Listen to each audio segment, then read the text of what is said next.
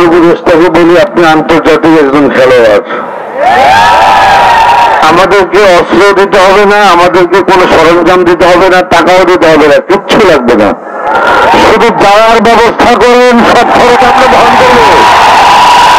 রক্ত কত লক্ষ রক্ত দিয়ে রক্ত বন্ধ করে দেব, ফিলিস্তিনের রাফাকে আবার পুরো রক্ত হবে, হাজার প্রত্যেক মায়ের রক্তের বদলা দেওয়া হবে। আমরা আবাবিল পাখি করলে আবাবিল পাখি হতে চাই, আমরা নিজের আবাবিল পাখি হোক, ফিলিস্তিনে যুদ্ধ করতে তৈরি হচ্ছে ইনশাআল্লাহ। আজকে ফিলিস্তিনি মুসলমানদের আহ্বানে আমরা রাজপথে শুধুমাত্র ফিলিস্তিনের পতাকা লড়তেছি, আগামী দিনে ফিলিস্তিনি মুসলমানদের পক্ষ হয়ে আমরা রাজপথে অংশগ্রহণ করি ইনশাআল্লাহ। পরিস্থিতি আমি বর্তমান অন্তর্বর্তীকালীন সরকারকে বলবো, আমরা আমাদের চোখের সামনে ফিলিস্তিনি নারী এবং শিশুদেরকে অকাতরে মরতে দেখতে পারি না।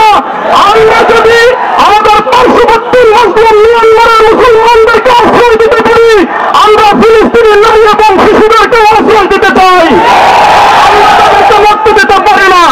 সর্বশেষ কথা হলো, এই দেশের তৌহিদি জনতা, এই দেশের যুব সমাজ, ছাত্র সমাজ ঐক্যবদ্ধ হয়ে এই দেশের ফ্যাসিস্ট আওয়ামী লীগ এবং পার্শ্ববর্তী ভারতীয় আগ্রাসনের বিরুদ্ধে যুদ্ধ করেছে। আমরা এই যুব সমাজ, এই ছাত্র সমাজ, আমরা ইসরায়েলি ইহুদিদের বিরুদ্ধে যুদ্ধ করতে চাই।